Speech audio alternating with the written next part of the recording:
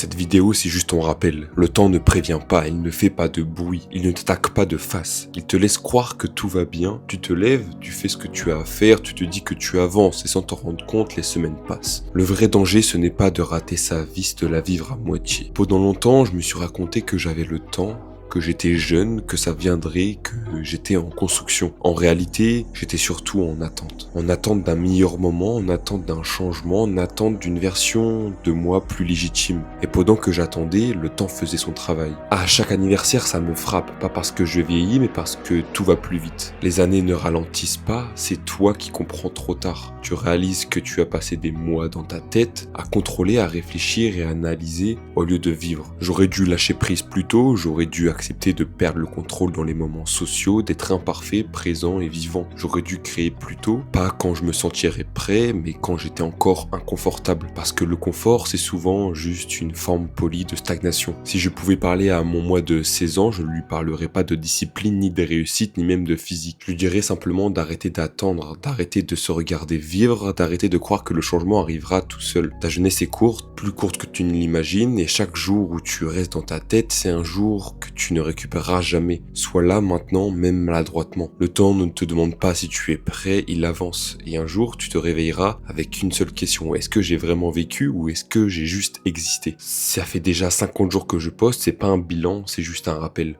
Si tu veux évoluer, si tu veux juste suivre un gars de 22 ans, enfin bientôt 22 ans, abonne-toi.